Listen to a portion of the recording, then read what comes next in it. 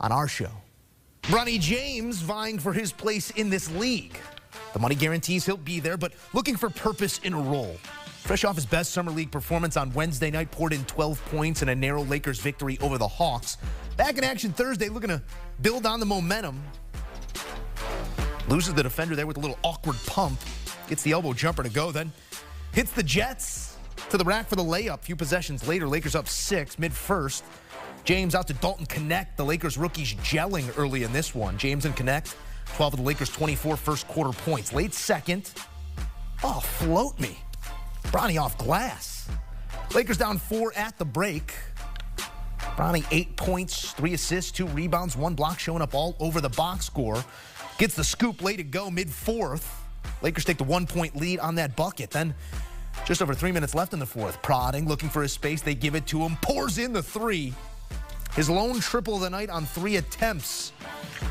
Lakers down 2 as Bronny hits the big 3. His only one makes it a 1-possession game. Final seconds of the fourth. Bronny on the closeout.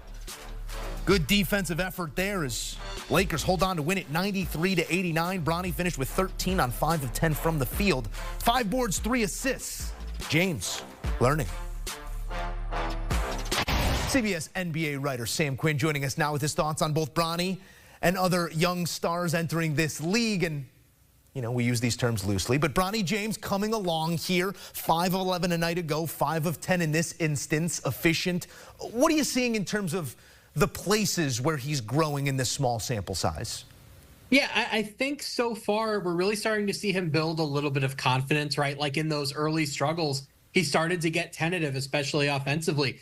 There was a big moment, the key sequence in this game to me started with around 4 minutes left. Bronny catches the ball wide open from deep. He could have shot the 3. Instead, he tries to attack. He gets called for a travel. That's the sort of thing that would happen to a lot of rookies and get in their head and make them tentative. Well, a minute or so later, he gets to the ball in a similar situation. He makes a step back 3, right? Like he's been missing 3s all throughout Summer League. He's still putting them up. That's going to be essential to his development, being able to deal with the pressure, deal with the noise. His trajectory as an NBA player, like, I know there are other skills here, obviously. I know that he's known for his defense. If he doesn't get comfortable shooting 3s at a reasonable volume, that's kind of it. There's nothing else that he can really do to be an NBA player at his size. When you're 6'1", if you can't shoot, you'd better be the best defender in the world, which I don't think he's going to be.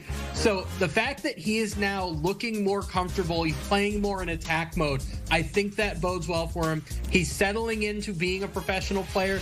He's settling in with all these lights on him at Summer League. And tonight was probably his best overall game in Vegas so far. Pressure enough being a rookie, and then added pressure on top of that, the circumstance through which he was drafted and the name he wears on his jersey. It's going to be an elevated pressure, no doubt, for Bronny James. Good to see him working in the right direction here throughout this summer. All right, we're gonna pull back the curtain. We're gonna give him the green room talk we just had here. We were trying to figure out who's going to be the rookie of the year out of this class, and both you and the betting odds do reflect a favor towards Zach Edey, understandably so, maybe closest to his ceiling right now, or most fully formed of these rookie assets. But we've now seen injuries to both ankles for Edey. Mobility was the question for some pre-draft. Durability, is that at all a question in your mind?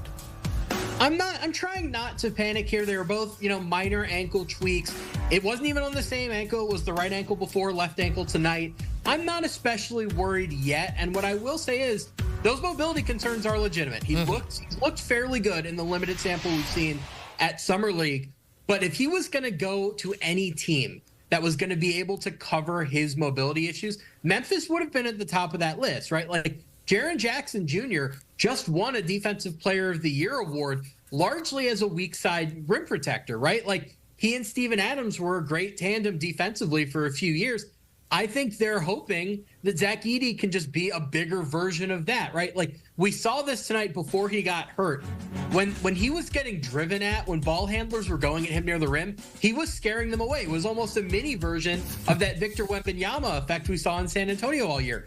He is so big that if you are at all uncertain as you attack the basket, he's going to affect you. And, like, look, from a Rookie of the Year perspective, we know he's going to play, right? Like, we know the plan presumably will be for him to start at center on a pretty good team in the Western Conference. We know what he can do already, right? Like, he's going to score 4 or 5 easy baskets every game just by virtue of the size and skill. He's going to get a bunch of rebounds because Jaren Jackson Jr. isn't really a rebounder.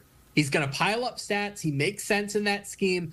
I'm not going to sit here and say Zach Edey's going to be an all-star in the NBA, but in this first year, in a draft class full of projects, he's the one guy who's pretty close to a certainty. Yeah, you get that oak tree parked out in front of the cup, and there's a lot of limbs covering a lot of ground there. It's interesting to watch how he sort of dictates what happens in front of him there on the defensive end, but keeping him mobile, keeping him moving east to west, these are questions that we will get answers to over time with Zach Edey. Got some questions about Alex Sarr right now. His last 2 performances have been 2 to forget now. We were talking about it the other night. It was 1 to forget. You never want to stack up these 0 for performances. He does get to the cup here 1 for 6 on this night following that 0 for 15, but 1 for 21. Not what you're looking for at Summer League at the number 2 overall pick. And again, within the framework of this class, we do have to saddle reasonable expectation. But where have you seen the struggles most pertinent with Sarr thus far? You know, in that 0 for 15 game, it felt a lot like he was trying to do too much, right? Like they were letting him create all of these shots from the perimeter that he's clearly not ready to be creating yet. He's not ready to make them. Like offensively, he's such a project that if you treat him like Kevin Durant, even in a summer league setting, it's probably going to go poorly. Tonight was almost more concerning for me because they weren't really using him like that. A lot of the problems were just in bad finishing near the rim. His hands clearly need some work. He wasn't great at, bringing in the ball near the basket.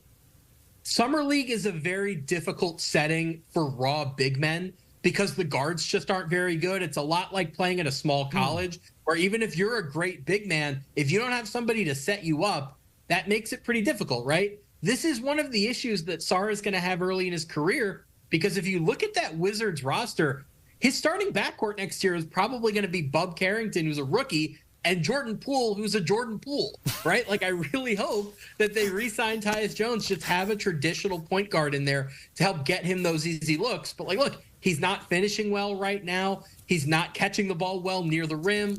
There are a lot of concerns here. The goal for year 1 as a rookie, what I want to see is, can he be an effective pick-and-roll finisher? Can he catch lobs? Can he, maybe one dribble near the basket on a short roll, simple things near the rim. I'm not even thinking about the perimeter creation yet. That can happen down the line.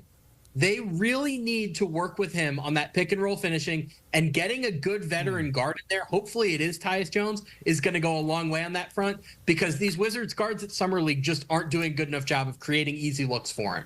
Jordan Poole, who's a Jordan Poole. You put it on a shirt and I'll buy 5. Sam Quinn, we appreciate you stopping by, pal. Talk soon. Zach Edey back on wood after missing 5 straight Summer League games with an ankle injury.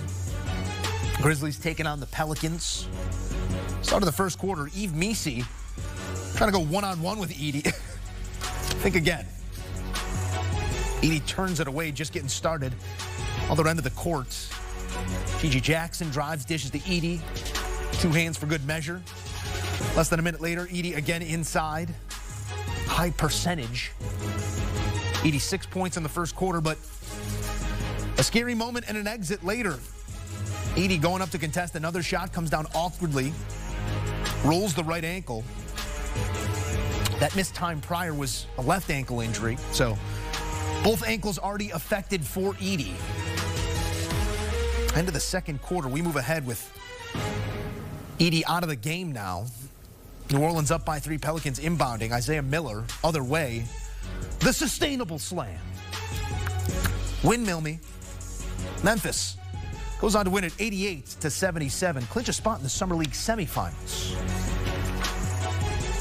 Second overall pick, Alex Sarr, coming off a nightmare performance. I mean, 1 to forget. Actually, not even 1 to forget. He was 0 for 15 from the field.